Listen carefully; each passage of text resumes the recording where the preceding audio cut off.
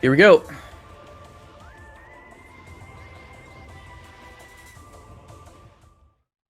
Looks like they both got the exact same FMV from the main menu, so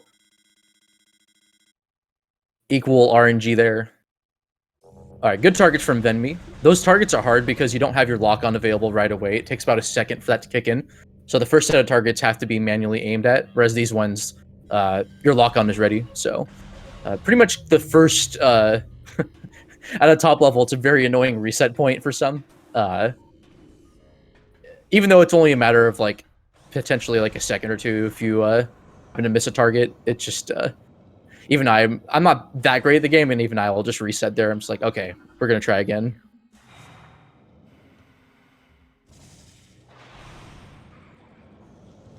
You could say that the first set of targets are the first boss in the game. It's kind of interesting how Prime kind of throws you in right away.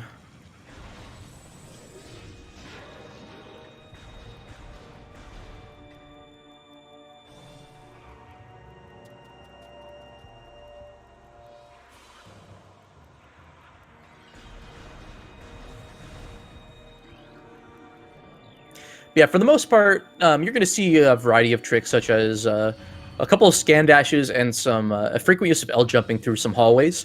But the frigate sequence is pretty linear, or it is linear. It's textbook linear.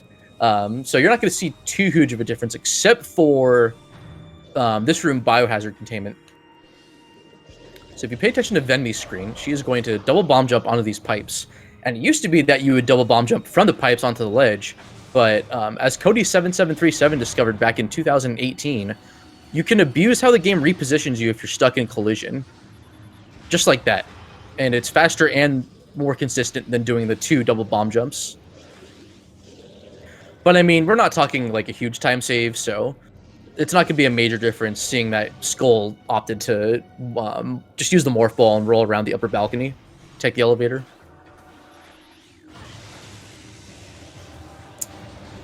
Skull getting a little bit of irritating turret interference there, so.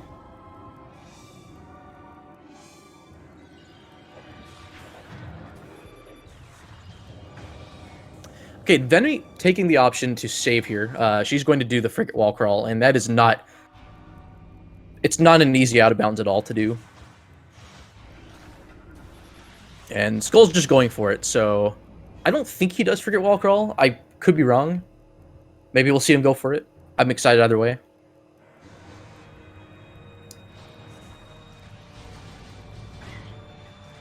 And Parasite Queen goes down.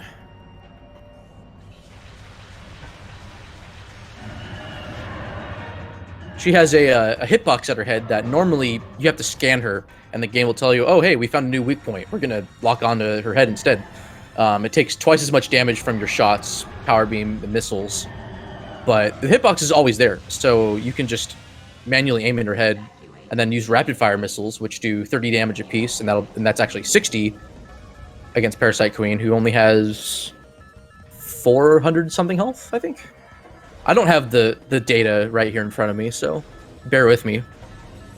And then she just goes down in like 8 or 9 missiles. I think it's 8 minimum.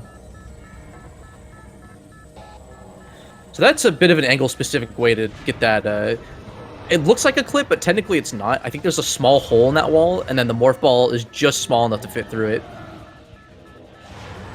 And I find the first couple of rooms probably the most, at first, the most annoying to learn. But as with most tricks in Prime, it's more of a coming to an understanding and learning and knowing how the mechanics work behind certain tricks. Then be making these Aether jumps look very crisp. And then that transition and this upcoming one right here, not easy to do fast, in my opinion. And Demi just makes it look so easy. Meanwhile, we see Skull doing the inbounds frigate escape, and I see why. My tournament match coming up, I have some frigate wall crawl practice, but not much. I'm not very good at it. My PB is like a 455. And you're going to see Venmi do it in like probably 520 something. This is actually a very, very clean wall crawl from her. The upper 520s is pretty impressive. But maybe I'm just being ignorant, who knows? But that looked... I thought that was a very impressive showing. That's the last you'll see Fusion Various Suit for a little bit.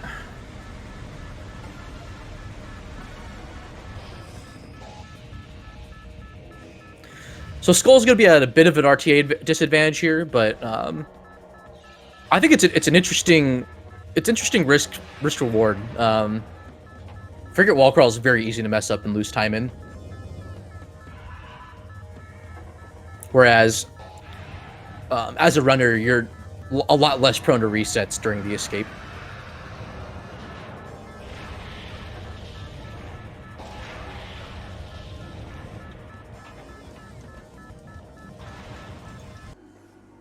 All right, and there's space jump first from Venmi. There's a few ways to do that dash to the ledge. Oh, doing what I usually do, and I overshoot, or I'm just a little bit off on the angle when I R jump to space jump boots. So, in about another minute or so, we'll see Skull get his space jump boots. Usually takes about 7 or so minutes, or more or less like 6:50 to 7 minutes, depending on how good your escape is, how good your frigate movement is.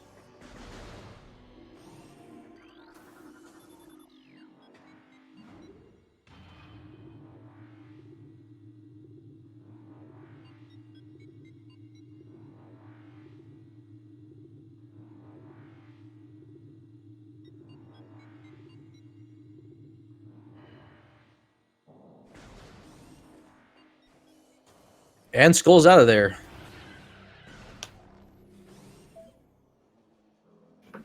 Shoutouts to my cell phone.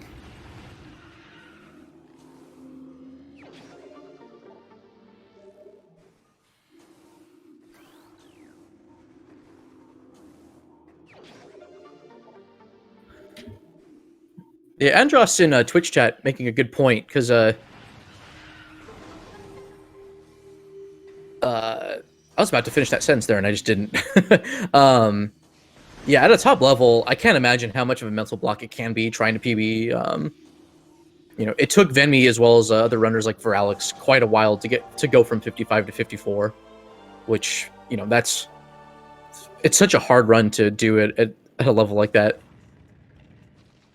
One thing could go wrong and just ruin your PB attempt. So I can't imagine how much of a relief it must be for Venmi to finally have that 54 under her belt.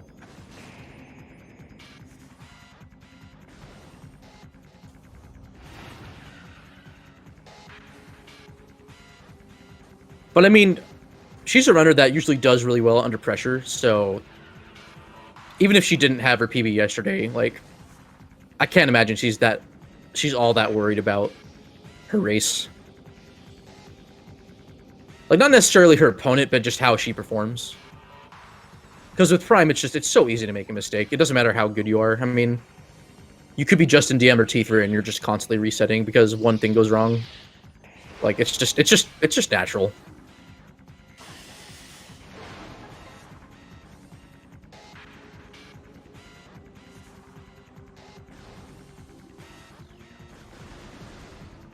Oh, then, what's up, Justin? Already I'm getting called out here, so I apologize. That was a bad assumption on my part. And I mean, for what it's worth for T3, I believe his regimen is to do a lot of practice and then do some attempts rather than give into the grind. Not give into the grind. That's not the right choice of words.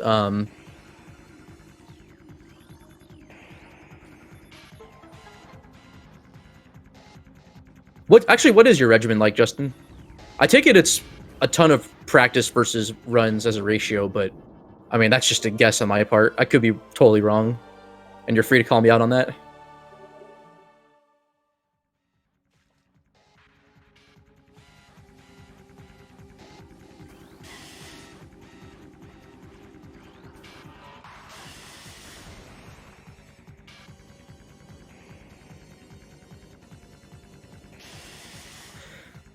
So getting Charge Beam is a little bit of a detour, but it's going to make certain sections in this run so much more consistent that it's worth getting. Particularly with final bosses, although we're gonna see Venmi do exo skip. So, I mean, it's still so fast to get it compared to not having it. Just for reference, every uncharged power shot does 2 damage, and fully charged power beam does 50. So no matter how fast you can spam the A button, power beam is still going to have higher DPS. I think even, well, especially with like wave beam 2.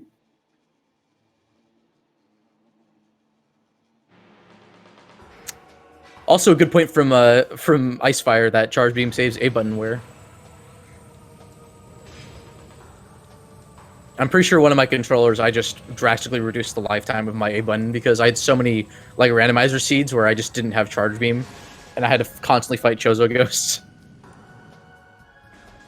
Yeah, charge beam literally displaying its value.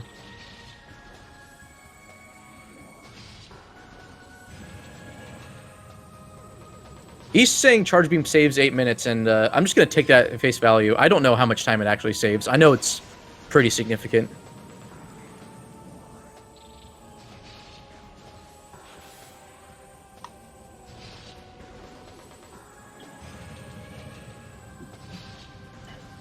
So Venmi is here for bombs. Unfortunately, she has to do an auto-scroller boss fight that varies in length. It is entirely random. She has no control over it. And actually, speaking of Justin DM, he just got, like... I believe he said that it is the best recorded Zoid in, like, a non-task setting. And I'm inclined to believe him. I don't think I've seen that good of a Zoid ever, like, through PB runs or just... otherwise just randomly recorded stuff. It's such a unbelievably low chance to get the pattern that Justin did, and I guess it's still 4 seconds off of a perfect Zoid fight, which is nuts. So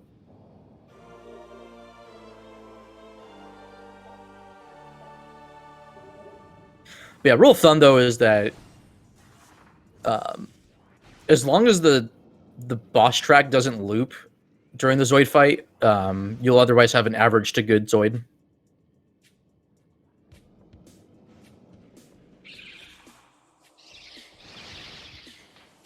I don't know how good of a rule of thumb it is, but that's how I viewed it, at least. Oh yeah, that's right. Vertigo got a 530 frigate escape. That's really impressive, actually.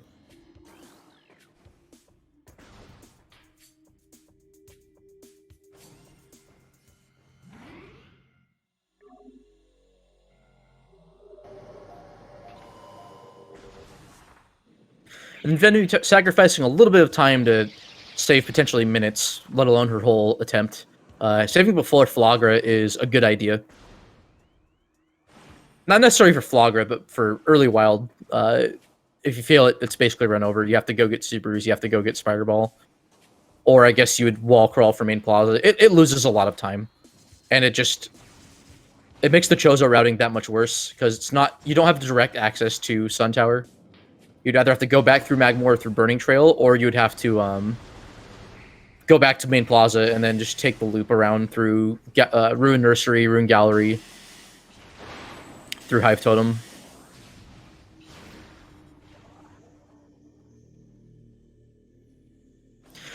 So Venmi burning a missile, from what I have been told, although I believe there's a science behind it, the refills that Venmi is going to get are different if she has full missiles. What the refills are doesn't matter as much as where they are placed, and I guess the placement is changed depending on whether your missile count is full or not. That's how I've come to understand it. I don't know how accurate that is.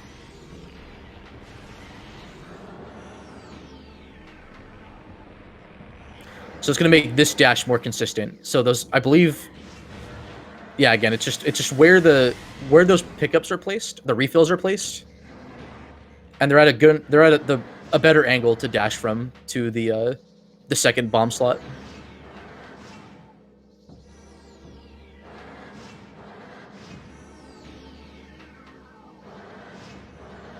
Yeah, we're probably going to see a few high fives this run, just the most. So Skull's not going to be committing to Ice Beam before Flagra, or at least... oh no, I'm thinking of a 100% thing, I think. So he's going to defer to unlocking the door to Furnace inbounds. Again, more of an RTA thing than an in-game time thing. For those of you that don't watch Prime runs, we run for in-game time mostly, but these runs are very much for RTA. I wonder if we're going to see any runners try like Thug Route or something to save on the elevator times, but I doubt it. Which is fine, because I think this is a cool route. And the RTA optimized route is pretty hard. Or at least if you're opting to skip thermal visor and stuff.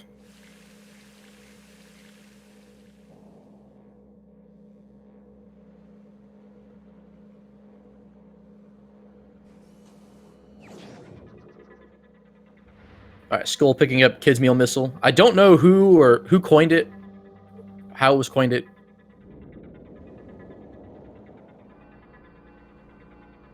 But I guess I'll accept it.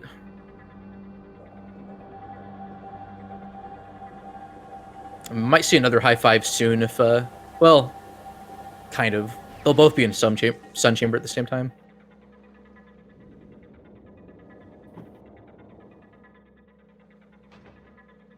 And then we did it. You're going to see a good amount of Fusion Varia this run.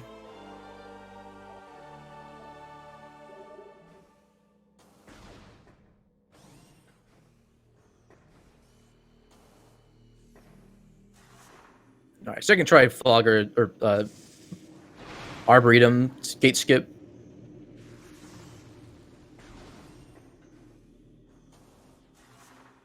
If I recall, it's one of the first things that was patched out of Prime through later releases. There's a very rare like 1.01 version that does two fixes. One is it fixes the collision so that you can't bomb jump over the gate there, and then there's like one vertex, I think, or a triangle or something that was modified in, I think it was Furnace. Otherwise, it's like the exact same build.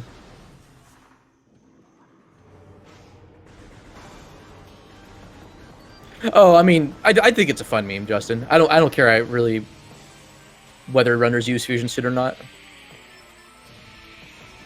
I mean, I think most of us have more fun with Fusion Suit than actively like have something against it. Like, yeah, sure, it's, you know, Fusion Varia is not the most aesthetically pleasing suit, but it's like, I don't know. It brings people together.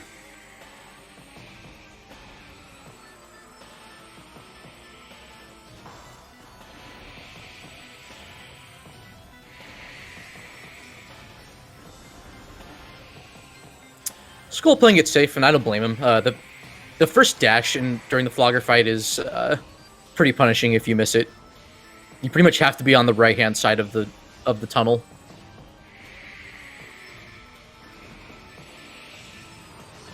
Flogger giving him some punishment.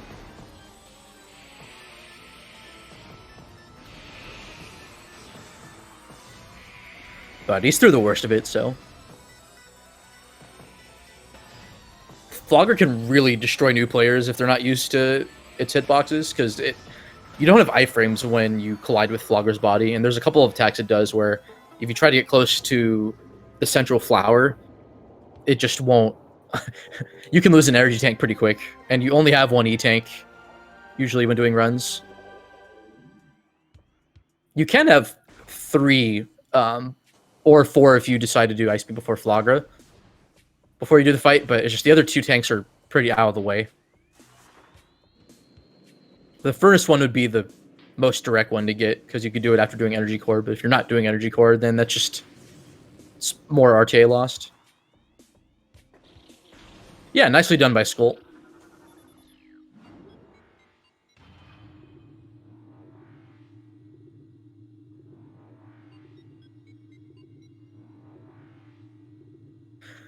Oh yeah, not to mention that I don't think Venmissa is doing the Fusion Suit by choice. She has a channel point system that everyone redeems so that she does Fusion Suit. I think she had to temporarily turn it off because everyone and their grandma was like redeeming them. So I think she had like a queue of like at least 20 runs where she had to have Fusion Suit turned on.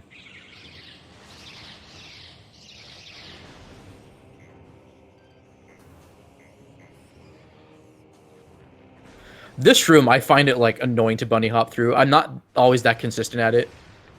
Of course, Venmi does it. Just with practice, like it's probably a no big deal.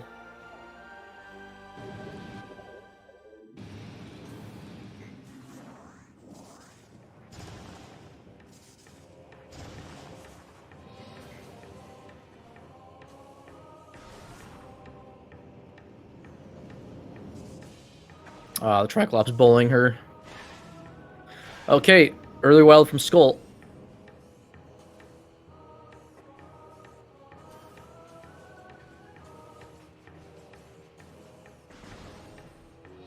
Another thing with optimizing Sun Tower is getting into the groove on the left-hand side fast enough so that you get carried to the top right away by the Oculus. Otherwise, you miss the cycle and then have to wait about a couple seconds.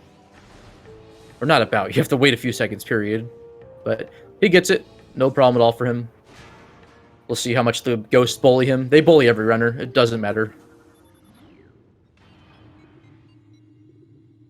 Okay, that's kind of a lie. Like, but part of it is too is there's a little bit of auto aim from your beam weapons, and that can really screw you over sometimes. But also knowing how the Chozo ghosts are positioned in their animation versus like the orientation of your lock on can it's not a fun fight. The one in Hall of the Elders isn't nearly as bad if you're not doing ghost skip because it's just one ghost, but when you're in an open room like this, it's no X-ray visor. It's just it's not pretty.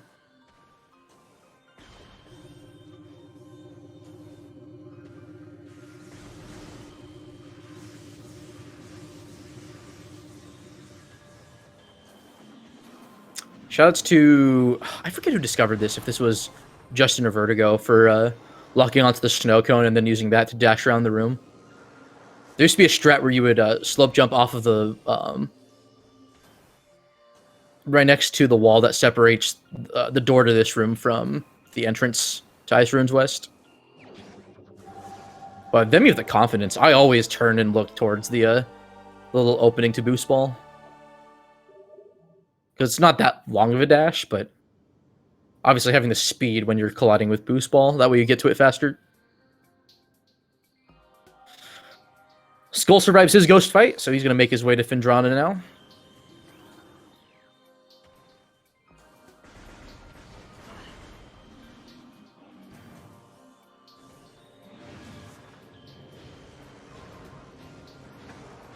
Boost ball's kind of an interesting item. I mean, yes, it's your fastest mode of travel, but again, it's one of those little detours that you take towards it. But I think what really makes Boost Ball useful is the fact that you get it so early on in the run. There's a lot of open areas you'll be moving through where Boost Ball helps out a lot. In another category, like all map stations, you get Boost Ball very late. And so you end up losing about a minute collecting it, and just having Boost Ball for the rest of Phendrana and movement and Mind's movement when you have like 10 or 15 minutes left in the run. If even that, just isn't worth it. Skull making a very wise decision to save at Burning Trail. If anything happens, he would have to either fight Flogger again, or that would be run over for him. I don't know if he's saved in Gathering Hall. This actually burned me quite a bit. Burning Trail, I get it. It's funny. Laugh at my joke, please. No. I got burned by not saving here after doing Flagra in one of my randomizer races during the randomizer tournament. And I had like several opportunities to save, and I just didn't do it. Oh, okay. Venmi fell down shorelines. She can recover, but this is a very annoying. Falling down shorelines is very hard. It's not hard. It's just very annoying to recover from. Venmi's done it enough times where she can do it. I have, absolute faith she can do it, but. Yeah, this is big for Skull. That's more time now. That's time she's hemorrhaging that Skull kind of needs to catch up. So, remember a time when I could speak English? I feel like I'm having a stroke right now with my commentary.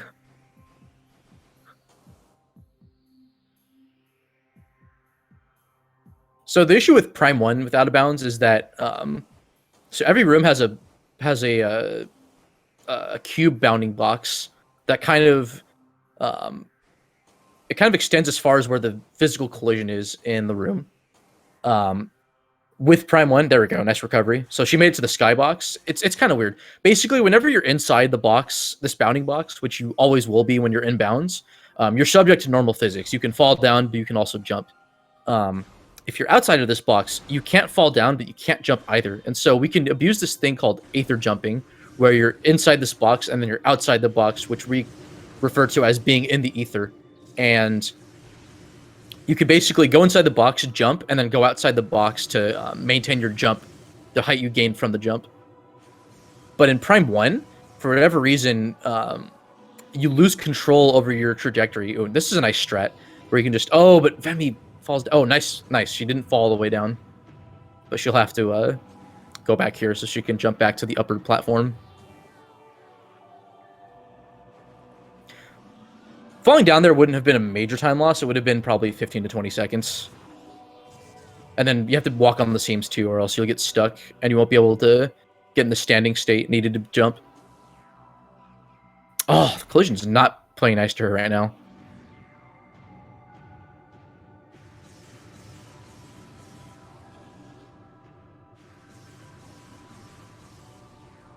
Skull on his way to get Boost Ball. I don't know if he does Wave Sun. I could have sworn he did, but maybe not. I don't know if his last PB was inbounds or not. I mean, he's completed 21%, so he definitely knows the wall crawls. Just whether he's practiced them and wants to do them in any percent would be another story.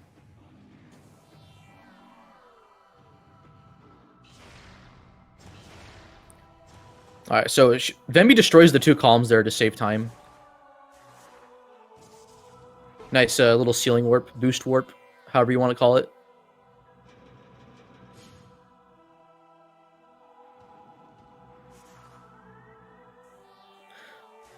And then what makes this trick work, and the reason why the out of bounds is necessary, is that you have control over what room is considered the active room that you're in. That's something that the game keeps track of.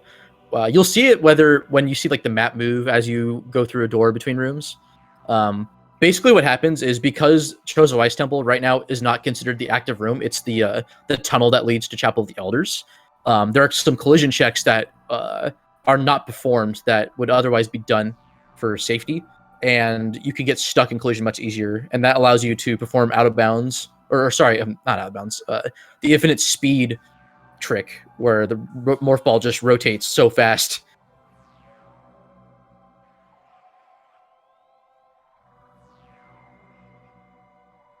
Okay, Skull is going for Wave Sun.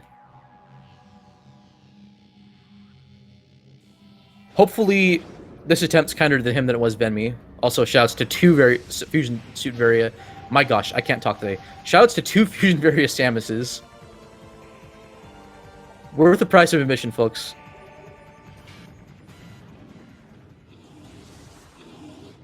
Alright, Skull's almost to the worst of it. Oh, but he transitioned back into Shorelines. There we go.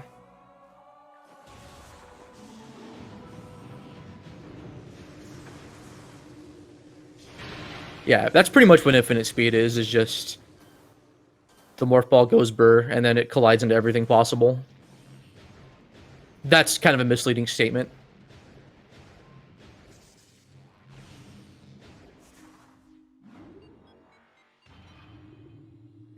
But yeah, this out of bounds isn't necessary to do the same sequence break, because what it does is it nets you both the wave beam and the artifact of sun without having plasma beam. There's an inbounds version of it that is a little bit slower, and that's just because you have to do the Sheegoth boss fight. So this out of bounds version skips that boss, and it saves about 25 seconds. I think it's like 25 to 30 seconds. It used to be more until the IS cancel that was found.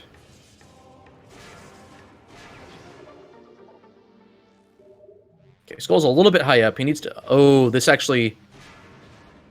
Okay. If he's careful, he'll be fine. Okay, he's good. I think he's low enough that he can boost through. Oh! Oh my... Oh, I don't know. Oh, he's stuck. Oh no. Skull. Okay, this isn't... He's losing time, but he has that burning trail save. That's the other... That's the double-edged sword of Out of Bounds. When you're transitioned out of a room to where it's not the active room, it's the dark side of the lack of those extra collision checks that are done. So you can get stuck on terrain in Morph Ball and just be soft-locked. It's not... It doesn't happen all that often, but it does happen. Wow, very, very impressive fiery sword from Venmi. You can get the scan and kind of get halfway in. I guess it's kind of like Prime's equivalent to the halfie.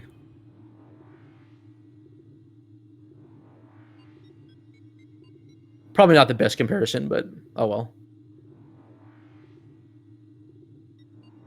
East, Skull soft-locked in Chozo Ice Temple. He was too high up on the collision near the bomb slot. Oh, he overshoots the... He's fine. He has space jump. Yeah, he basically soft-locked. He got stuck on a wall and couldn't unmorph. He had transition out and was going to do the boost warp.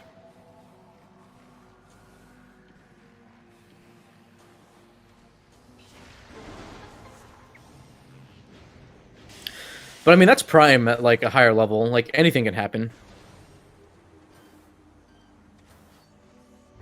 And we saw Venmi fall down in Shoreline. She recovered, but it cost her quite a bit of time. She fell down in Chozo Ice Temple. Not a lack of skill by any means. It's just, unfortunately, mistakes like that are punishing. It happens to every Prime runner that does it.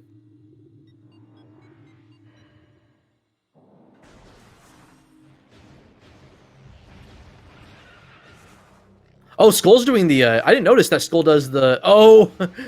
But he overshoots it. I think that was me every time I tried doing that particular version of the jump. Or the dash. Was I would just always... I would always overshoot it.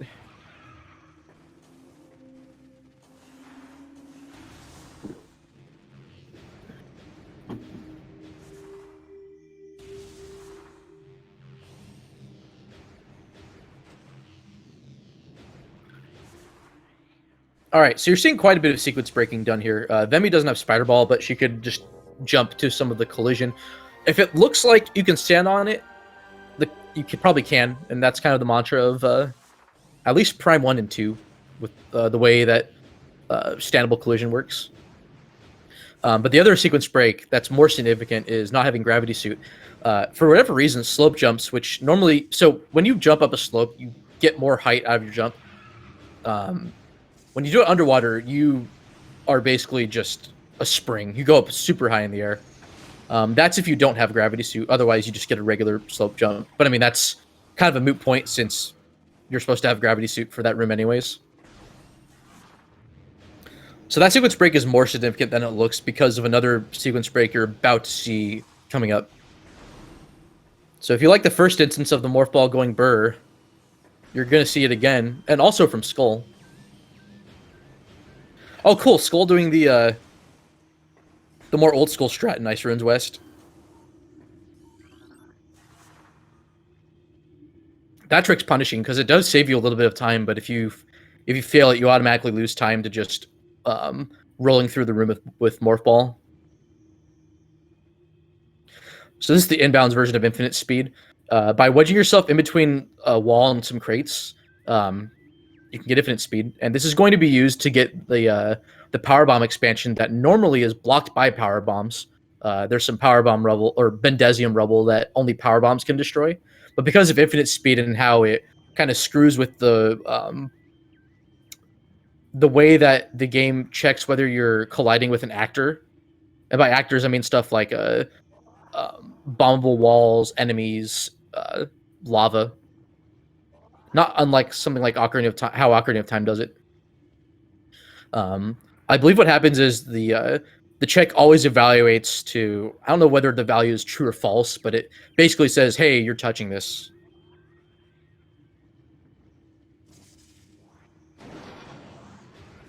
And then that check happens when you there's other ways to activate infinite speed once you're in the state. Spider Ball does it too, but most commonly you do it through the boosting into a slope or a wall.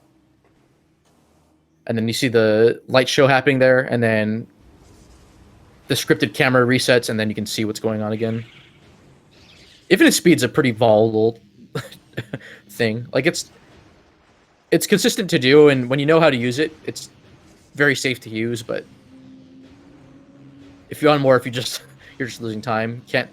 It's not that you're blind either. It's that your arm cannon is also set to the state of the camera. So because the camera positioning is set to Nan, you can't actually shoot doors. You can only do it while you're morphed.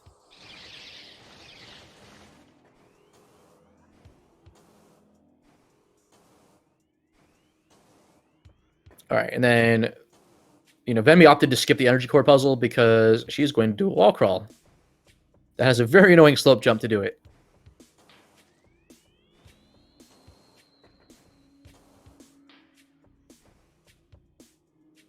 It's not always annoying, but like I would be super rusty at it right now, and I'd just be like, it would be 20th try to get the out of bounds. Then me trying to look for some standable terrain so that she can actually input a jump. Yeah, that's smart. Just go further up. There's some branches you can stand on here, and then she can just jump to the door.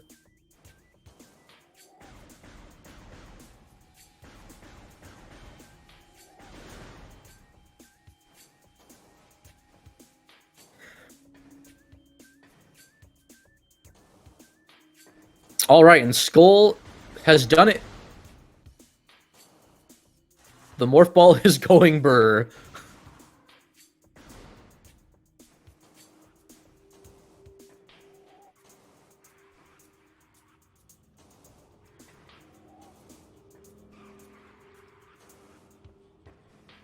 So this wall crawl was famously used to get Ice Beam before Flagra as a big sequence break, and in the RTA optimized version of this route, it would still be done. It's done 100% too. But the on its own, it doesn't save much in-game time, but it does save more RTA with some cutscenes that you would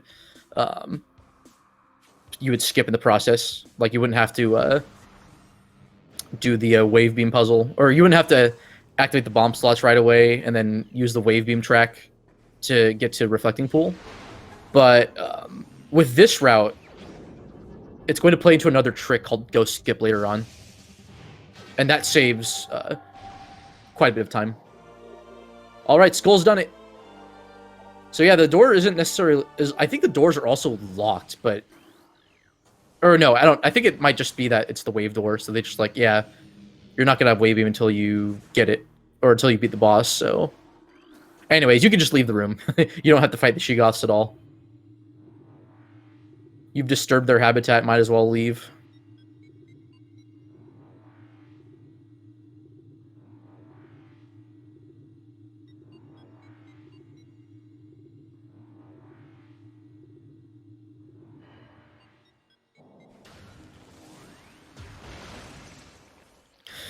But yeah, that power bomb that Venmi picked up is significant. She now has everything she needs to go to Life Grove. No Spider Ball, but I mean, there you go. There's the Spider Ball skip.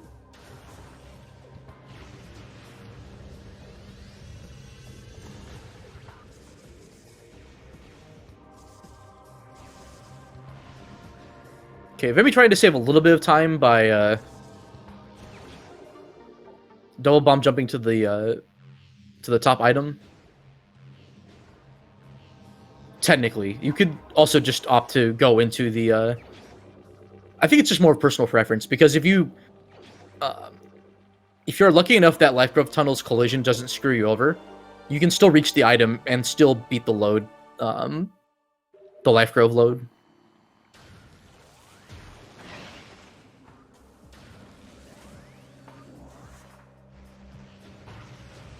And then the trigger that destroys the walls when you lay a power bomb is actually above you, so by boosting off of like a slip collision, you can lay the power bomb higher up, and then that just destroys the wall sooner.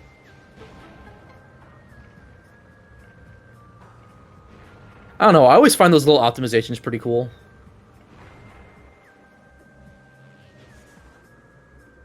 I got confused by where Skull was for a second. I thought he cleared the first lava pool, but I guess not.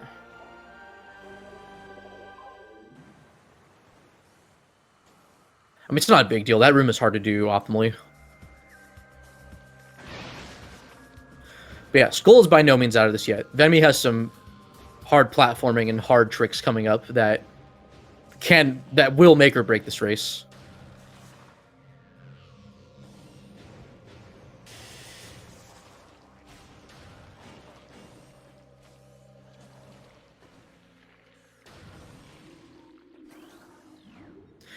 But I've always found, like, post Fendrana, like this section where you get Life Giver, Ice Beam, and stuff, I've always found it to be a pretty calming part of the run, but I also do all that movement inbounds, so with Ice Beam before Flogger, that just becomes a reset point. Because the inbounds movement's not too risky, unless you're, I guess, careless with how you boost in Magma Pool. So it kind of gives you a bit of a break between kind of stressful parts of the run. I guess I found the beginning part of the run a little bit more stressful because I wasn't as consistent at it.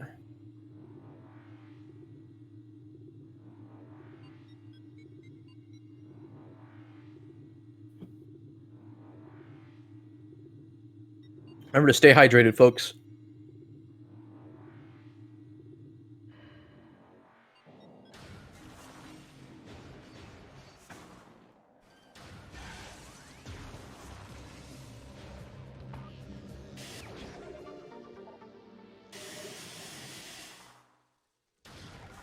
And if you thought you didn't get enough of Infinite Speed, you're going to see it one more time from Skull's perspective.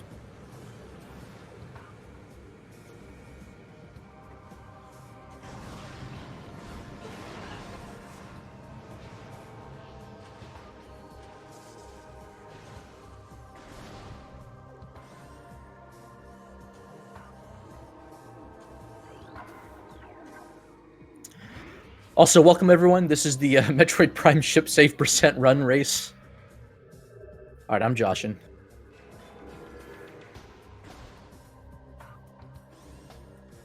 But yeah, Venmi has started her ship safe % run, so go Venmi. What's up, Glenn?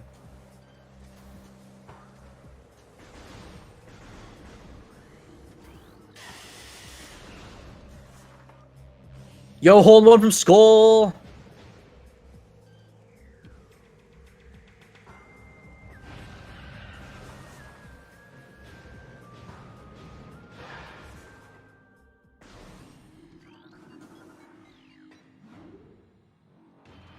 Oh yeah, definitely a Pog moment for sure from Skull.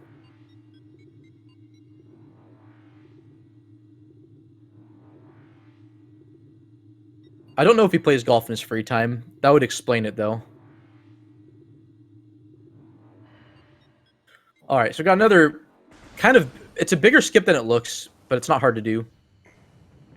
Although this strat isn't the easiest, but there's like several ways you can cross this room without Spider Ball.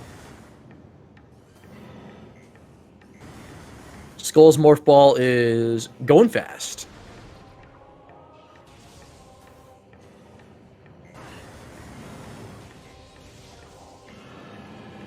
All right, this room coming up, this room right here, Geothermal Core, is gonna be pretty nutty to look at. Unfortunately, Venmi does fall down, but she's got plenty of time to spare. So she's doing the more difficult strat, where she's skipping one of the spinners. But to do that, she has to make a series of pretty precise dashes and one backwards R jump or something. It's nuts. All right, that was a PogChamp moment for sure. Oh, never mind. It does skip. No, never mind. I'm dumb.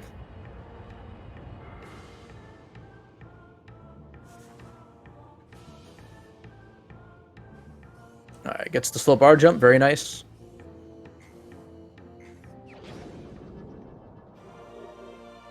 You don't actually need to R jump that, but it's just easier.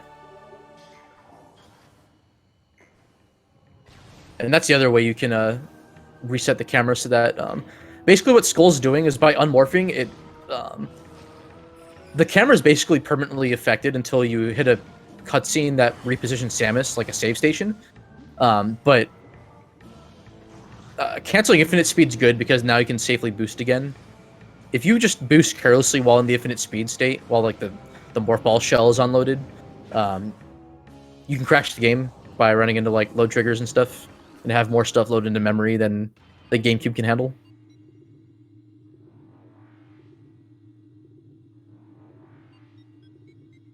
But there are certain scripted camera positions in several of the rooms that with morph ball will allow the camera to be reset to a state where you can actually look at stuff again. So that's why it's done. Like Rune Found has a couple. Another spider skip there to get into Farfandrana. Pretty much all of them outside of mines are easy. They're not as hard as they look. To do fast is maybe a little bit of a different story, but I mean, at that point, it's practice. Nice, nice stuck collision there. For whatever reason in Prime, if you boost a lot, sometimes the morph ball just gets stuck in the ground or on a wall.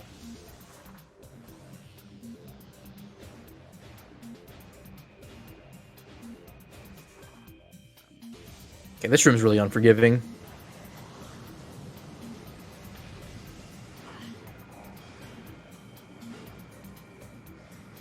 Ideally, you want to climb up to the top before the pirates start shooting their...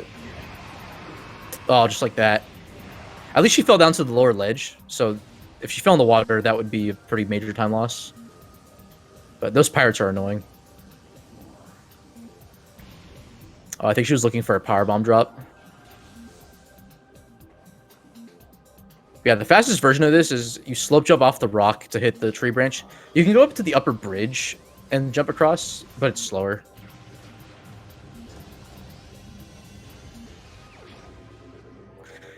And then coming up here is a... Oh yeah, so on Skull's end, you're seeing the inbounds version. Unfortunately, through the inbounds movement, you can't skip the ghost fight. By doing Ice Beam before Flogger, it sets you up so that when you're on your way to collect the Artifact of World, you can skip this fight. Although if you fail it, you lose the 40 seconds of time save that you would have otherwise. At least from an in-game time standpoint. I don't know how much... it would be a bit more time RTA that you would lose.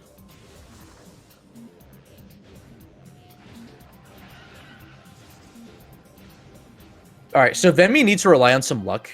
She needs a power bomb to get to mines. And in Magma Workstation, there's just like... The chance of getting one is so bad, it's just not worth trying it there.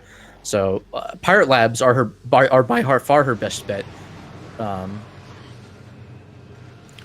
Flying Pirates in Phaedrana's Edge, where she got that artifact, can also drop them, but she has a lot more chances to get one here.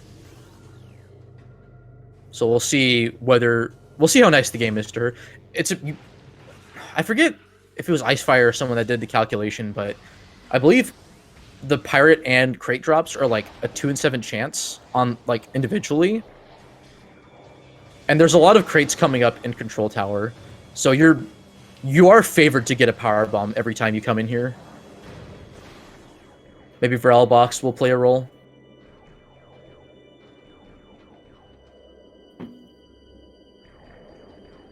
Very appropriate spot for Bless RNG too. If you feel like contributing that way, you don't have to.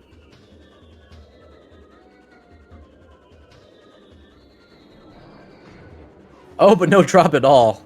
All right, so okay, Vemi's got I think 1 or 2 more boxes where she can do them optimally and save no time in her move, or and not lose time in her movement. But then after that, she's going to have to destroy more boxes and lose a few seconds. That looked like that was it. Yeah, she didn't heal from that, so I think that was her power bomb. Or that is her power bomb.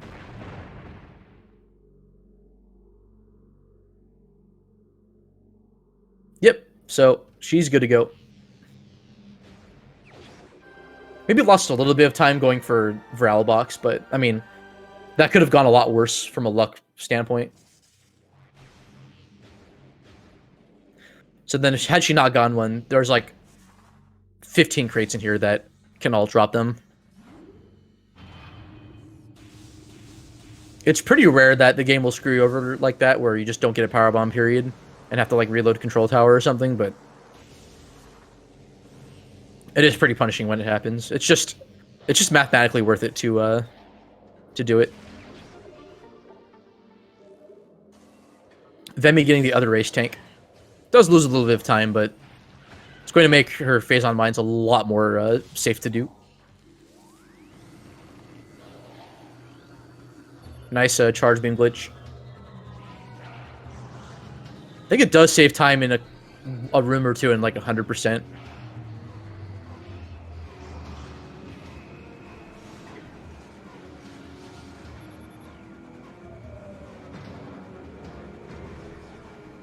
So Thermal Visor is one of those weird cases when you're comparing RTA to in-game time strats.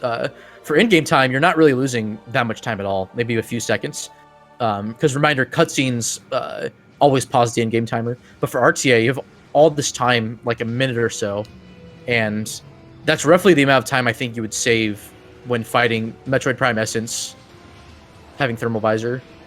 Because you don't need Thermal Visor to beat the game, but having it makes the final boss just that much more consistent.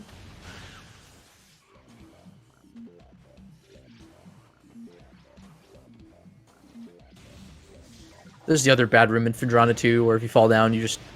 Tall vertical rooms are the bane of speedrunners' existence. There's some that have friendlier collision, like Phazon Processing Center, that aren't that bad, but Frozen Pike and Phendrana's Edge are probably the worst. Elite Quarters is one, too, if you fall down from the top rafters, but that doesn't happen too often.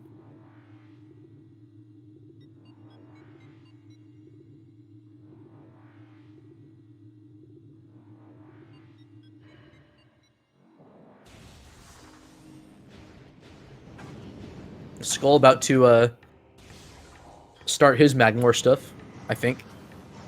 I feel bad I haven't been paying attention.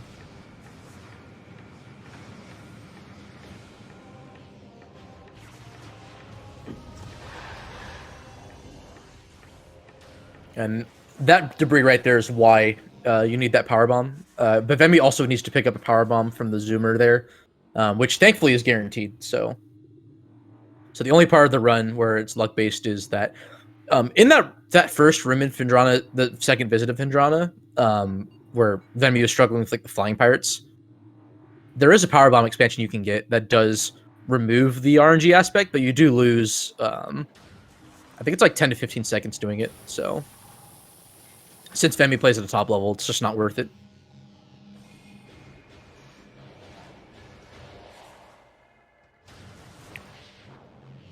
I feel like boosting off the upper ledge and falling down onto the... Ideally, falling down into that middle platform isn't as bad as it looks, but... Depends. I usually just YOLO it, and I think that's what Venmi probably did too. But at least it looks like that. I could be wrong. Could have been 100% calculated. Enough practice, and you just have the confidence that, yeah, I'm going to land exactly where I think I'm going to.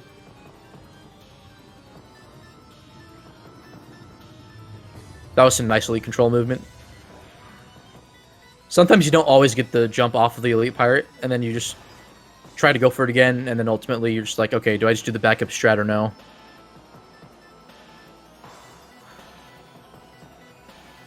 Although, for RTA, skipping that cutscene might be faster, I think. Yeah, actually, I think it would be, because it's, what, a 15-second long cutscene. I mean, it's not a huge deal for this race, but...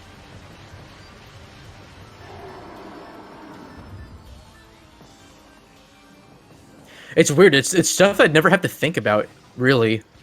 Like, even in Randomizer, I'm not presented with those scenarios too often, so...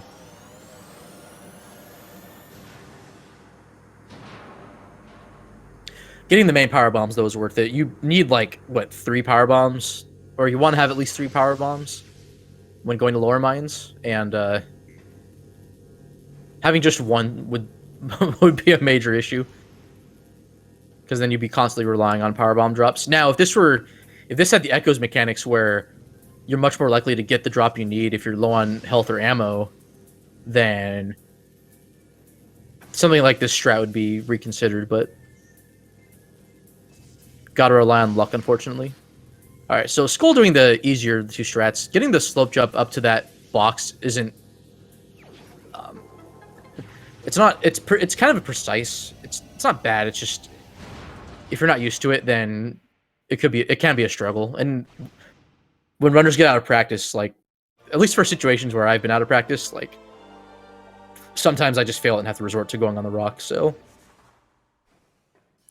But again, it's not like a huge time difference.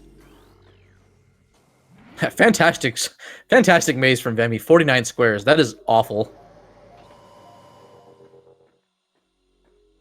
I guess I could have elaborated more on that maze. There are 300 possible maze patterns that you can get that vary between 15 and 55 squares. They're always even numbered. So somewhere around like the 30 to 35, I think, is average, and then more than that, and it just gets bad. But yeah, 49 is awful. Even though it's not the 55, it might as well just be the worst maze ever. And while we now know of a strat to skip the maze, it's a really precise strat, and so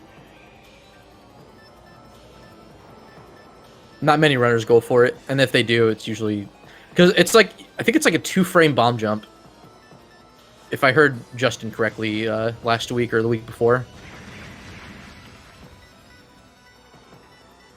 Oh, apparently Skull's got an audio glitch going on. I'm gonna indulge him. I apologize in advance.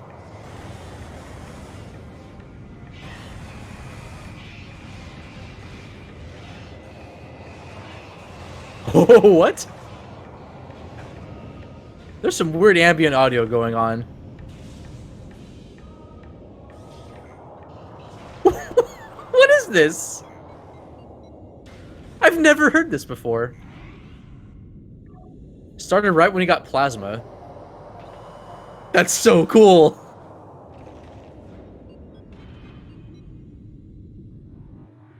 Oh, but it might have... Oh, I think it's gone. Hey, at least it's not as bad as the constant boost charging noise. I've never heard that before. That's a cool discovery.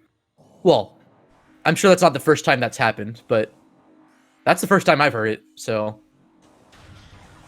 And obviously that matters more. I'm kidding. Alright, back to mines. Ooh, Vemi's about to do early newborn. Okay, she has to wait for the glider to come back around, but... This is basically the hardest trick in 80%. As someone who doesn't do early newborn. So it's more of this out of bounds there. Yeah, so she has to clip through using the gliders. I think it's the velocity of the glider that helps make that work. And it's not always consistent.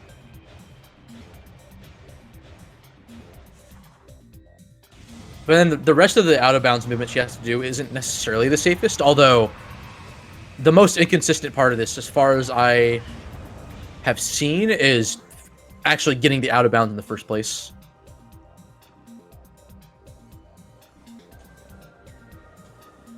Oh, I mean, she's practiced exo skip so much. She's definitely doing it.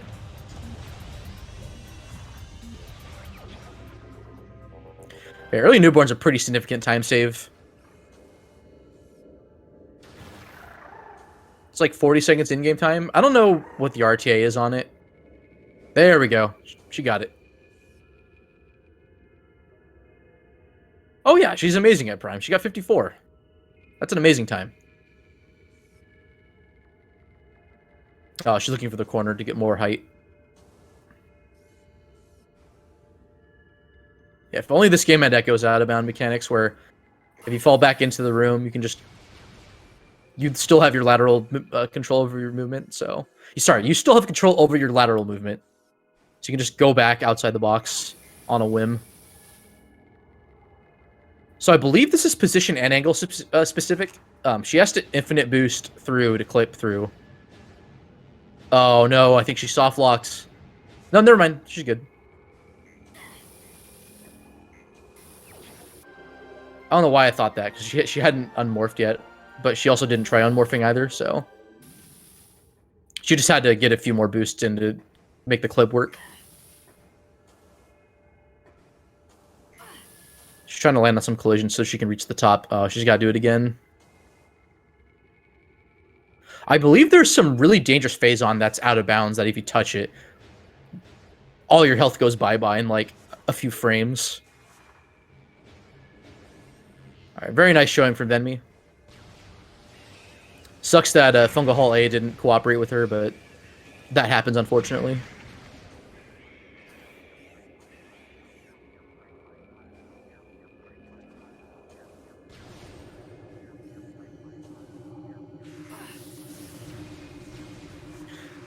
Alright, this room can be punishing, but I don't...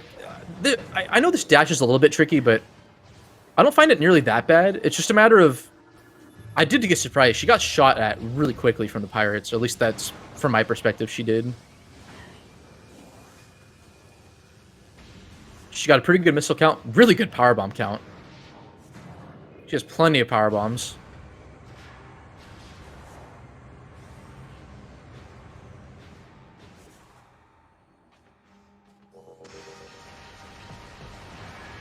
So, like, Elite Pirates, Omega Pirate has this thing with his AI where when it first activates, they start moving left to right and rotating in place, looking for you. And then when you're in their line of sight, when they stop turning, or stop doing the turning animation, then the rest of their AI activates and they become annoying to deal with. So, by skipping the cutscene,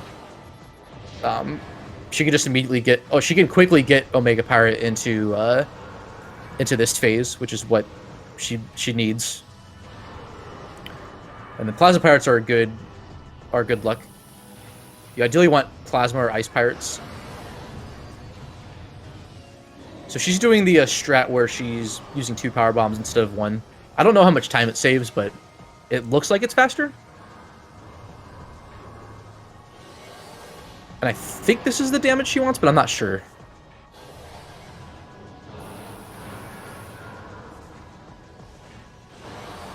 Nice. I got a little concerned. I wasn't sure how late that powerbomb was.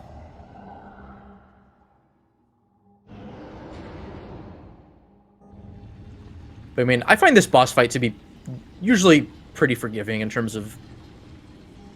Like, it doesn't have the most precise timing on the powerbomb, but... Maybe that's just my perspective. It probably is, all things considered. Alright, nice gravity, phase-on suit. And then with early newborn, it saves the backtrack. It's not a long backtrack, but it's enough of a time save that it's just always worth doing this skip at the top level.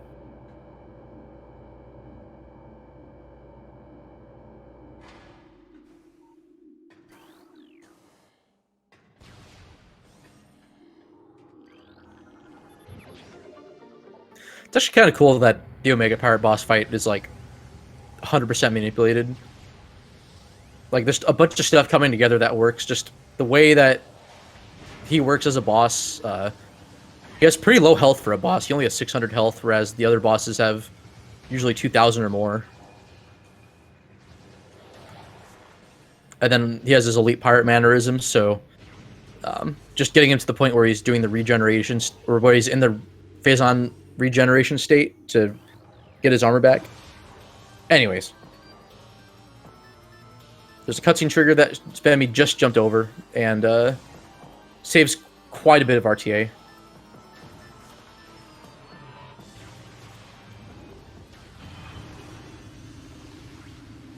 Oh, that's a good point, East. That's right. You do save... It's a power bomb you save because you would otherwise use it to get into phase-on mining tunnel. Alright, here comes... probably one of the first walls for runners that are trying to get better. Spiderless shafts. These are definitely the 2 hardest spider ball skips at 90%. There's very precise collision you have to stand on, but it's and this room in particular, that's pretty hard.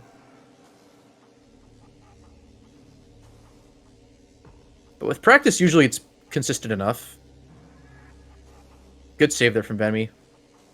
Looked like it wasn't being very cooperative. Now there's the second shaft. Elevator shaft or spider ball track, I guess she has to jump up. But this one just involves some collision on a rock. That's annoying. Everything else is pretty decent. There we go. Yeah, the first shaft is definitely the harder one because you have to do a bomb space jump as a few frame window to nail. Although it's again that's more practice than anything else. But then you have to be high enough, and then depending on which collision you jump on, Calvin jumped aside the last minute. Nice. I always get concerned when he's on that side of the room or on the bridge because he can just fall down. Thankfully he didn't, and he probably won't. But having Calvin potentially shoot at the Phazon Elite is like the worst thing. I've only lost 1 or 2 runs to this, but Calvin at his worst is pretty bad.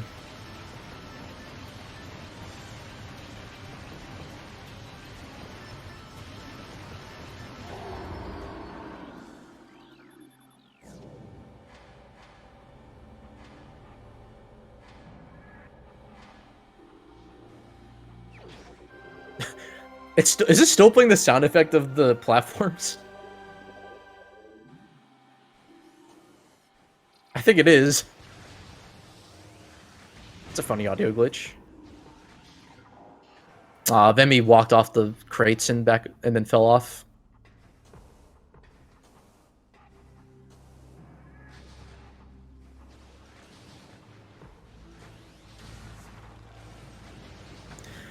That could have gone worse though. Pretty solid, like solid upper mine so far.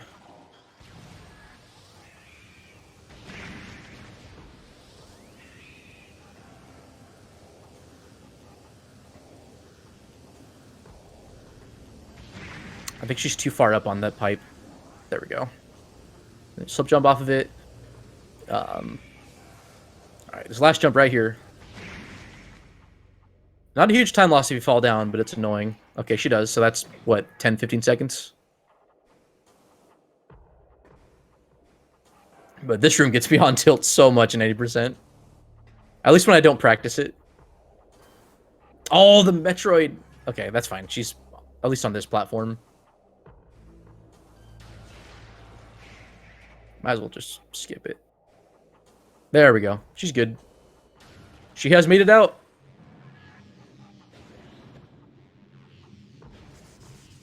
Alright, let's see if this maze is any nicer to Skull. I mean, he has, what, a 2% chance of getting the same maze, if not worse? Or, the maze that Venmi got was in the 98th percentile.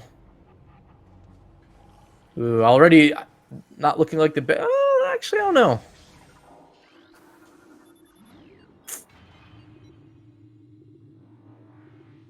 No, this one doesn't look that great either. Maybe, a little bit better, but probably in the 30-ish. It looks like mid-30s. But I wasn't really keeping track.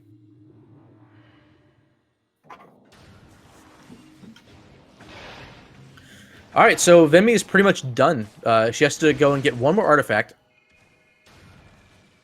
Technically 2, but the one's in Artifact Temple, so... In 90%, you basically just have to go explore and get 11, because the 12th one's always at Artifact Temple. I mean, that's where the 12th one is. They're all in their same spots. It's not a randomizer. Yeah, crazy randomizer seed. Everything's in their vanilla spot.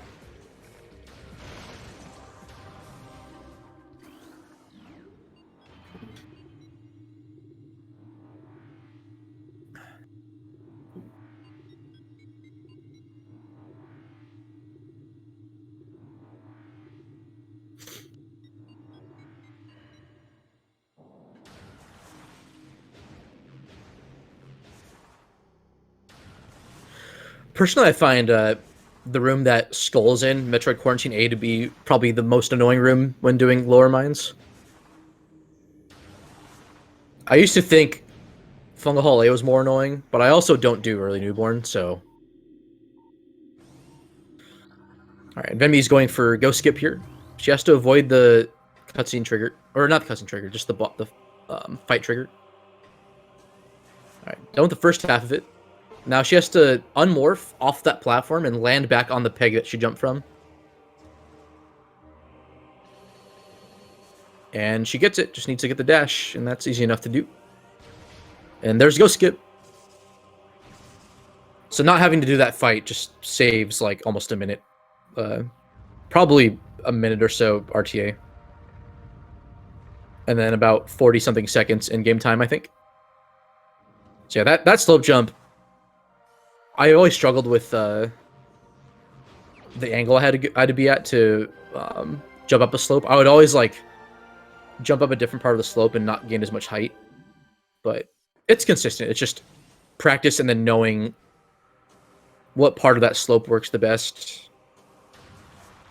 So I don't find it nearly as annoying now, but I do find it more punishing. Fungal Hole A is probably just as punishing to fall down in, but you don't have like a ton of Metroids to deal with, because in Fungal Hall A, they're just 100 Metroids, and I find them easier to dispatch. Speaking of which, because you pretty much want to kill at least these three, if not the fourth one. If you're not fast enough, though, that can happen.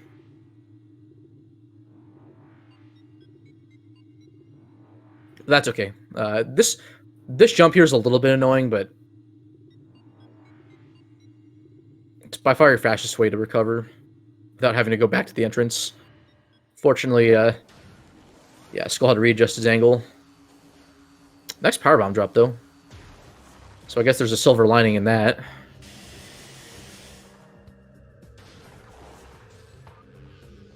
I mean, let's face it, mine is just hard. It's probably the biggest reset point in the game, next to Frigate Wall Crawl.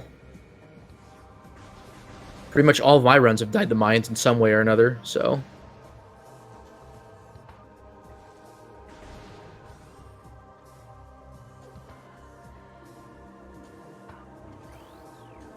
Yeah, Fungal Hall B is at least a lot more friendly, because all you have to do is just slope jump up.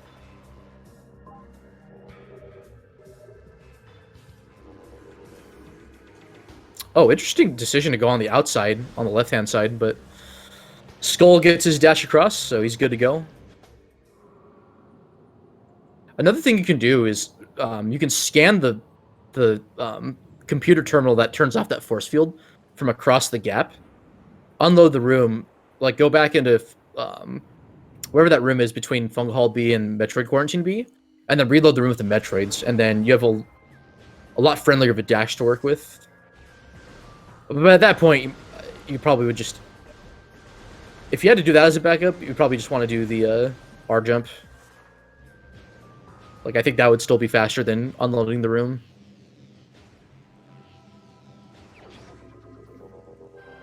So, I stand corrected. Skull, unfortunately, not getting Trooper Skip. Oh, he gets Pirate Troopers, too, so... I would say... Or... Power Troopers, excuse me, not Pirate. They're generally just called Pirate Troopers. Alright, will Venmi get Flyby Skip? Aw, misses mid-air boost too, but she has a couple of chances, or she has one more chance to get mid-air boost. Yeah, me casually just ignoring the giant space dragon that's attacking Venmi.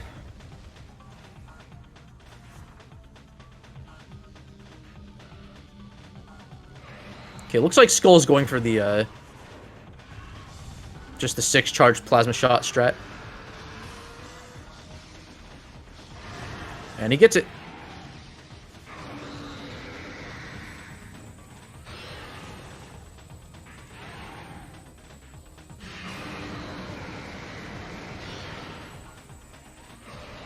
Oh, Venmi, I think, shot a little bit too early. That looked like the right... It looked like she got the, I think she shot him right in the mouth, but... Yeah, I don't know what... That doesn't look like it's too far on the inside. It's hitting him... think it might just be too early. Ridley's annoying.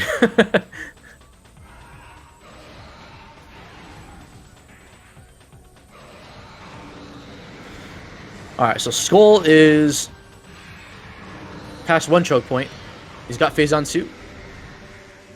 Not choke point, but just I don't know. He's past the worst of the lower mines. Now he just has to go back and get early newborn. Or imagine if it was just called early newborn in general. He's going back and getting the artifact of newborn, just not early. He's getting it the developer intended way.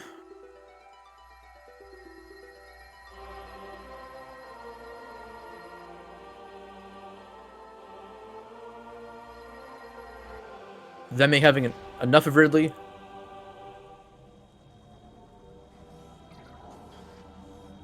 Finally going to Impact Crater.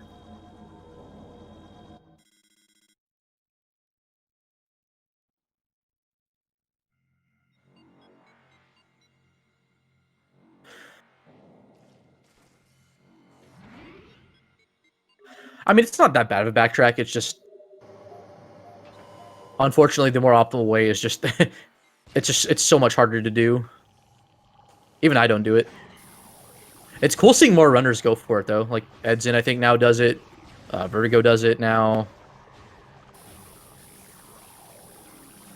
I thought someone was learning it not too long ago. I'm going to have to learn it at some point. The next time I do attempts. Oh! Skull getting bullied by these Metroids. At least the other two were friendly enough. Alright, so I don't know all the inner workings of how Exo Skip works, but I know that she has to kill the two initial Metroids that are in the room because their AI is different from the ones that respawn, if I recall correctly. And there's two of them. One name is Jack and one's name is Jill. She needs Jack and not Jill, I think. Maybe not. Could be wrong.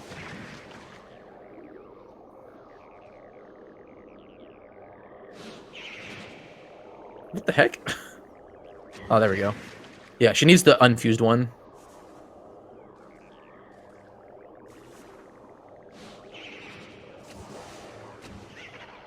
Or, I don't know. Did she split that one apart? Was that like an ice one?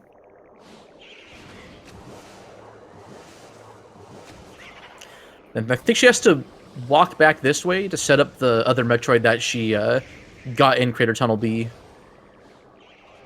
Oh, that's unfortunate. I think the way that the Metroid AI works is that only one of them can actually be aggroed to you at a time. Yeah, I'm not sure what's... Oh my gosh, Dark Zero.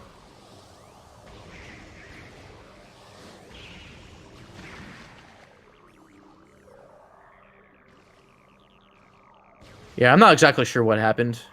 I wish I knew more about it, but basically what she's doing is she's getting one of the fission Metroids in this room. It has to be a specific one, I think, based on its AI, if I recall. Which I think is this one. She has the right one. And then she's going to adjust her camera and her positioning to get the Metroid in the right spot.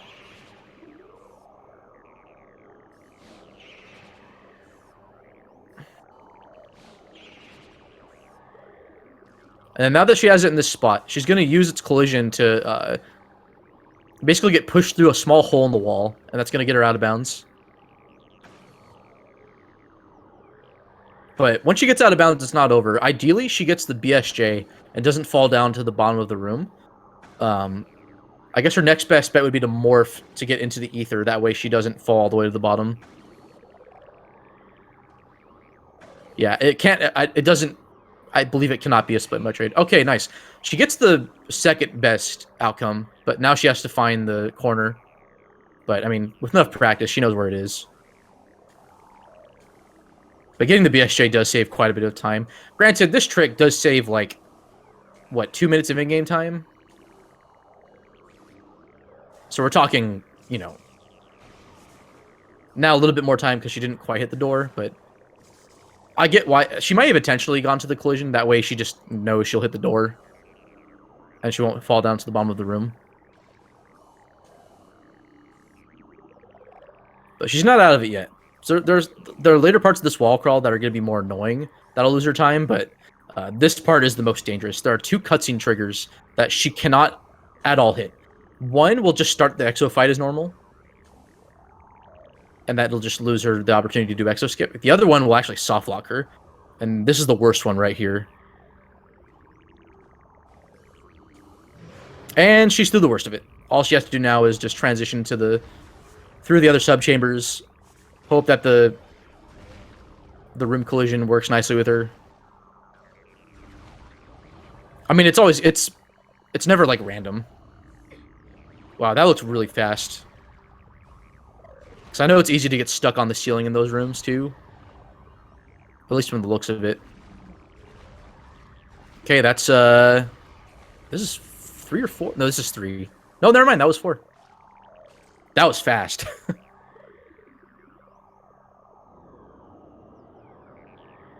That was not bad at all.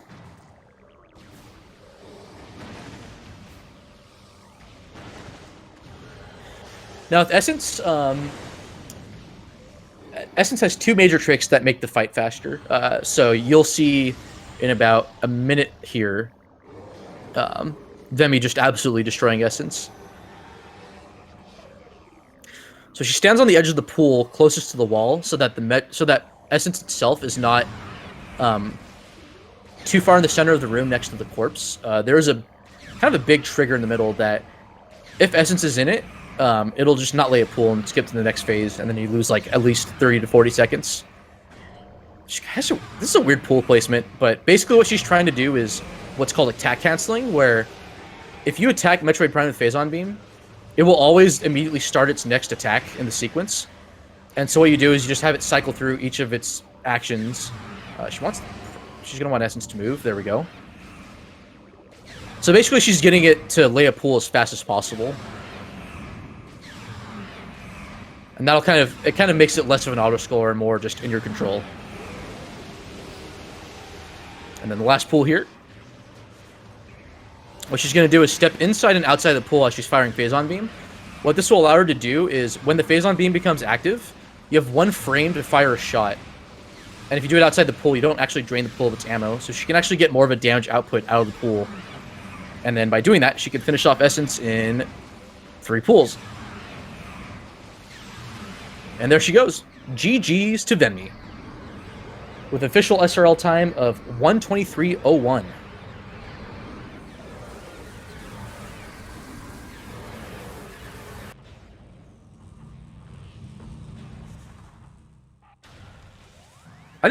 Did I say above her? I didn't mean to say that.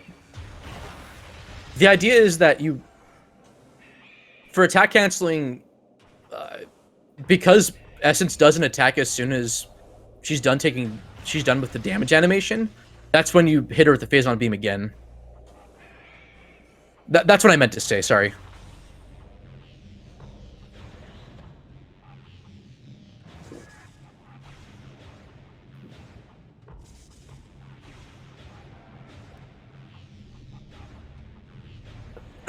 Excuse me.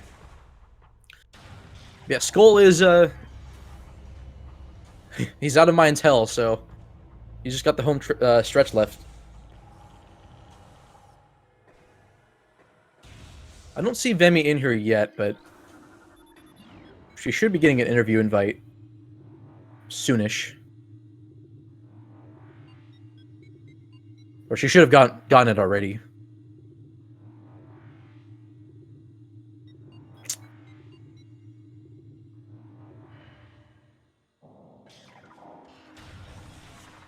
Alright, she just has to join the channel now.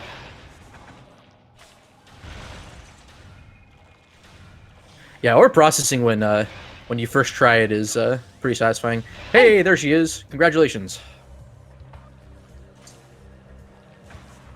So I feel like Lower Minds was kind of unfriendly to you. There we go. I mean, I feel like just that run in general kind of bullied you more than it needed to. Yeah, I missed everything you said, unfortunately, because my thing wasn't really working. Oh, no worries. Also, what the heck? Why is it saying no signal on my capture card now? Really That's dumb. odd. Well, hey, GG's. Thank you.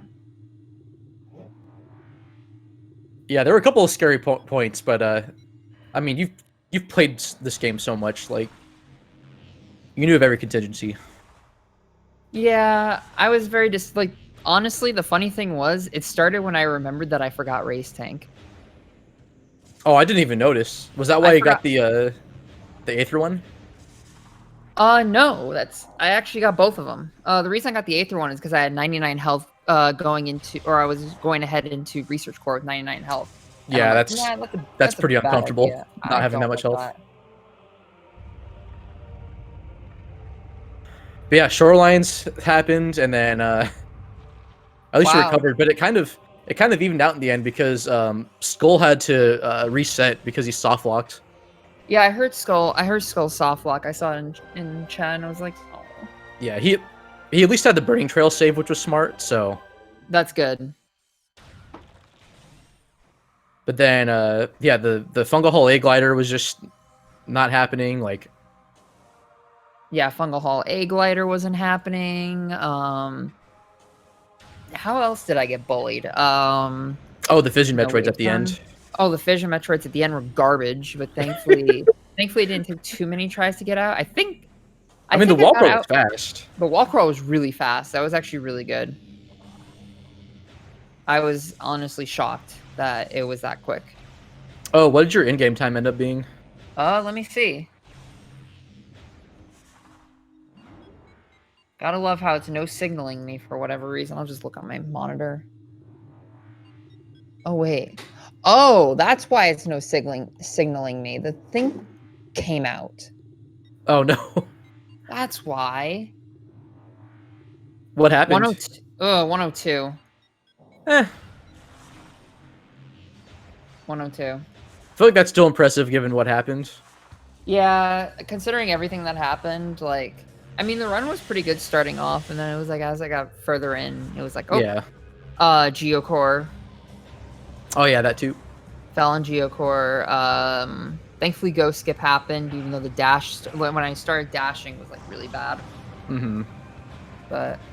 And then your upper mines were solid. It was just ore processing. Ore processing was... Rear its ugly head. Yeah. I hate that room. I feel it's always you get good chefs, and then elite research goes well, and then ore processing just kind of ruins it. Or you have like the worst possible upper mines, and then first try ore processing jumps. Yeah, thankfully Calvin didn't fall down. Yeah, that was sketchy. In my 54, Calvin fell down, and in quite a few spots, Calvin fell down. Or in quite a few runs I've had in the past week, Calvin has fell down. Or has fallen down. I can't English. That's okay. I've been struggling myself. That's okay.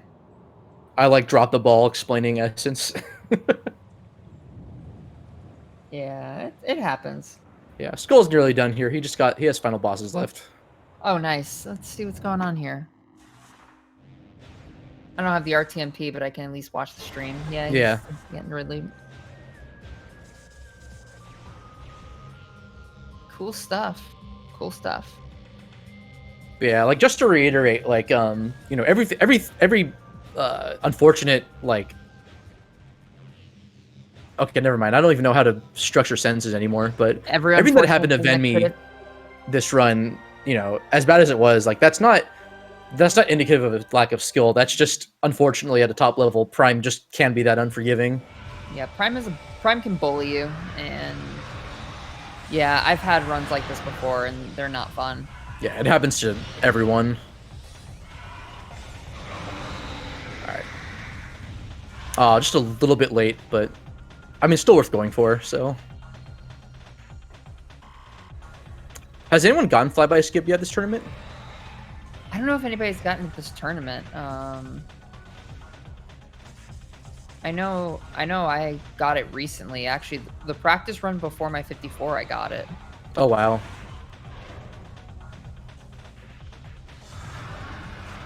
You explained flyby skip, right? I only mentioned like its existence. I didn't really explain.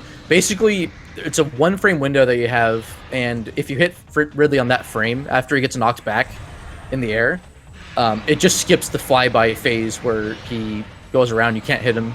It's just basically a 20-second wait. It'll just immediately pop back up into the air and land on the stage. Wait, this isn't Melee. It's not a stage. Yeah. Someone call Nintendo and make Artifact Temple a stage. I think it saves like 30 seconds. Oh, right, because the of RTA. Yeah. In-game time compared to mid-air boost, I think it's like 15, but I'm not 100% sure. That sounds accurate. Yeah. I'm not going to say for sure. Anecdotally. 100% no.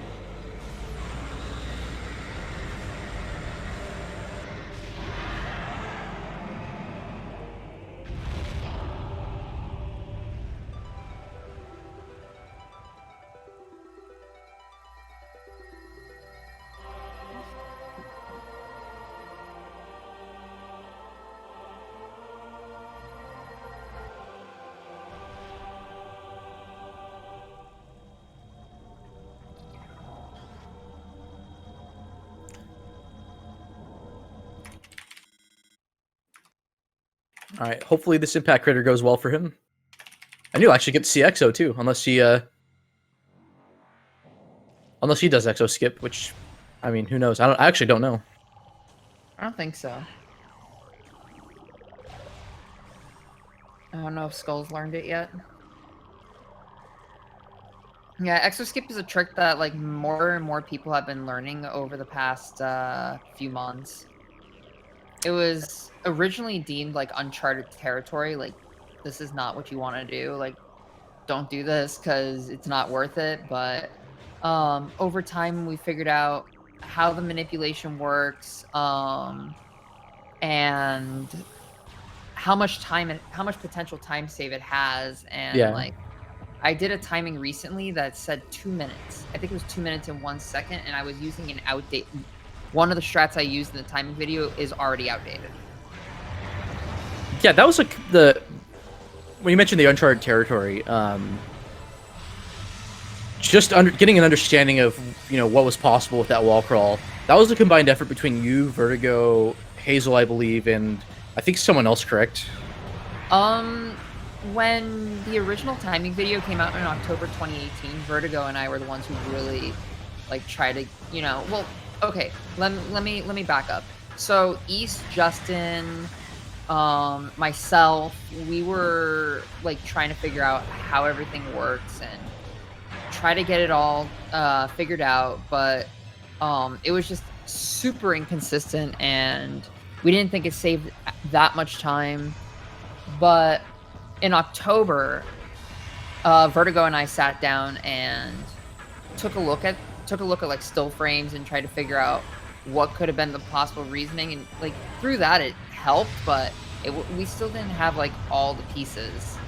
And I did make a timing video to find out it saved a minute, and like at the time it was 1 minute and 13 seconds. But like I think like 9 months later, Justin showed us how to wall crawl that like a champ, and it was what I think he added 25 seconds of time save. That's crazy. To what I put, or to what I didn't originally.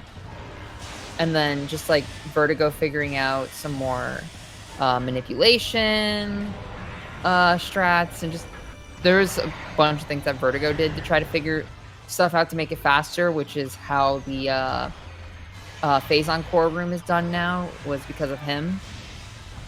Isn't there some movement that even the initial task that Hazel didn't account for at the time? I think so, but I'm not 100% sure. I'd have to take a look at her exo skip task. I think I don't know what the theoretical minimum is for the task now. Like I think it's 34, if not 33. Well, it saves. Right? I don't know what the theoretical possibility. No, not that low. Exo skip RTA saves like 2 minutes, I believe. In TAS, I'm not sure how much it saves in TAS over optimal exo. I don't know. Right, he's mentioning that this is compared to an ideal exo boss fight. Exo has a bit of luck involved with different patterns. Plasma ice every snipe, yeah. Oh yeah, thanks Vertigo. Yeah, so Vertigo actually saved a lot of time in Phazon Infusion Chamber. That room That's the room where Metroid Prime is like hanging up in a cocoon. That has the 2 cutscene triggers in it. Yeah, that room was so slow at first. So slow. But yeah, a lot of time save was found there.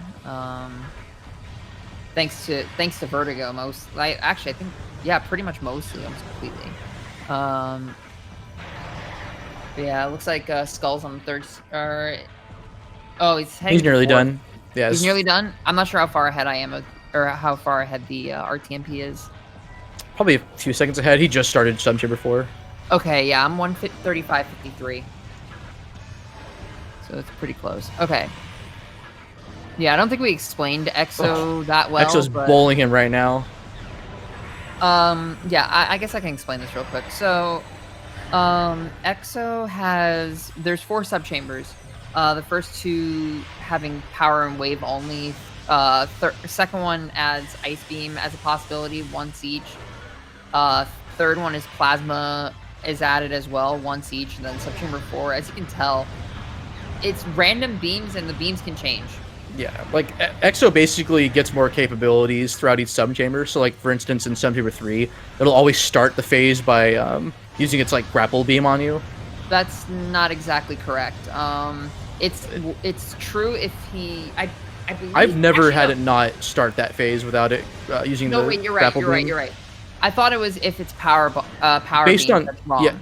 yeah. I mean, there's certain. I believe there are certain colors it'll start with that are dependent on what it last used in the previous subchamber. It's 50% power, 50% chance of phase on, except if the last phase on. Plasma. Sorry. Unless the last phase in subchamber 2 was power, then I believe it has a 33% chance for the other 3. That's good to know, actually. I knew there was like something that had to do with how it could start with wave in subchamber 2, depending on whether it was using wave or power as its last color. Yeah, so normally the last color used will not be the color that shows up in the next subchamber. Ending on wave in subchamber 1 and starting on wave in subchamber 2 is the exception to that rule. Yeah, essentially, there is a lot of luck involved with the patterns that makes more of an impact with subchambers 3 and 4. I guess to an extent 2 as well, but anyways, that with a good exo skip wall crawl, you don't have to ever worry about any of that. Not to mention, it's just faster than an ideal exo fight. Period. All right, so Skull's on Essence. Let's see. Oh, I think. Okay, so I end up being behind him. Alright, there we go. Now he's in a good spot. Or Skull's in a good... Essence is in a good spot, and Skull's now able to attack cancel it. Yeah, Essence is treating Skull better than she treated me. Yeah, that's kind of a... I think it's like, if you stand still, it'll always lay its first pull in like one of, I think, 4 possible spots. And the 2 back corners kind of suck. Yeah, the back corner really... That back corner is really bad. It's kind of rare that it uses the one that's to your right of the corpse. Yeah, I was actually lucky with the direction that I was going, but I remember like I was... Oh, no. Yeah, Essence was directly over the pool, the first pool. At one point. Yeah, but I made sure to try to avoid that as much as I could. It was a pain, but it happens. Looks like Essence is sculling. Oh my goodness, help me. Bullying Skull.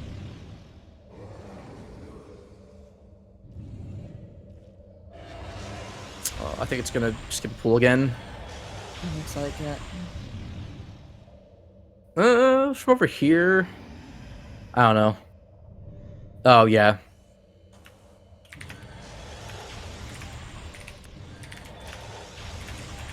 Unfortunate. But I think Essence also... I think its behavior is influenced by where you are in the room. Because I believe so, yeah. I think it likes to stay somewhat close to you. Yeah, there is a branch that you can stand on that will make it so there is absolutely no, or what is it? That Essence will I'm sorry to hear, Skull. will not move. Oh, what's going on? He says he always tries to does that, but it never works. Excuse me. Yeah, I tried the jump manip that Vertigo found recently, but it didn't want to work well for me. Oh, that's what he's talking about. My bad. Yeah, that's. I misinterpreted what he said. Yeah, that's what he's talking about. What is Skull doing? He's just waiting for a pool to be laid. Oh, I don't have audio. Oh, I see now. Okay, that makes a lot more sense.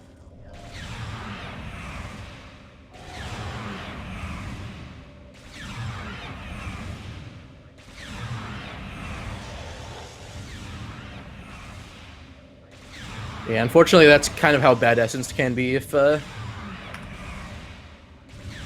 of it, I think, is it playing along, but at the same time, I don't know. Essence is just a weird fight sometimes. All right, now he's got Fission Metroid, so all he has to do is just unload Phazon Beam into Essence's face, and it's over.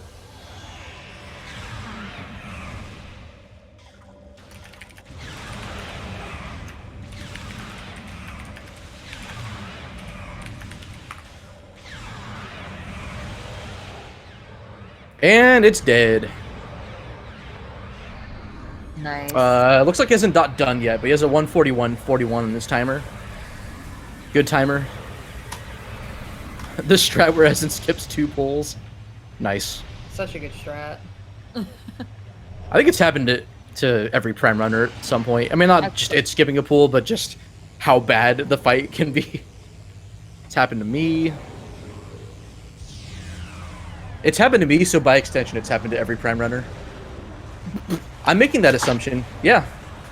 It's a bold statement.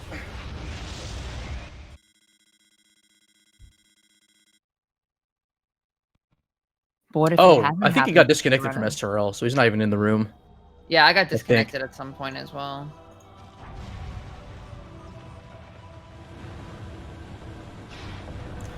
But GG's. Hopefully, I don't know if he's coming in. I think he is. I mean, oh, that's on me. I forgot to invite him. The bot should Sorry send about that, him Skull. an invite if you hit done. I forgot to hit the done. Yeah, hit the done then. I did. I just did. Cool. Nice. I forgot to. Sorry about that, Skull. You should get your invite now. Oh, Bash. I'm Bash. Bash Prime. I mean, I guess this restream needed a proper Bash Prime moment, so you're welcome, everyone. Bash dash or Bash underscore Prime underscore. No. Oh, is it a PB incoming? I don't know. Oh, right, because he had to. Oh, this might be a segmented PB for him. Oh, somehow. right. Possibly. Well, even with that essence. well, soft locking. We'll see what happens though. Yeah. I forgot about the soft lock.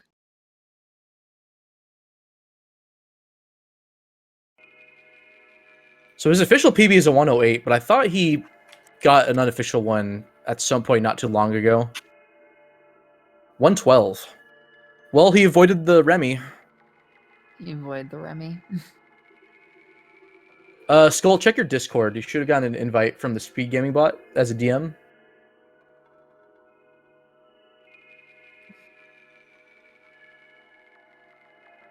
If you want to do a post-match interview. I got you. Okay, looks like Vemi's got you covered. Sometimes the bot doesn't work well. Thanks, Vemi. You're welcome.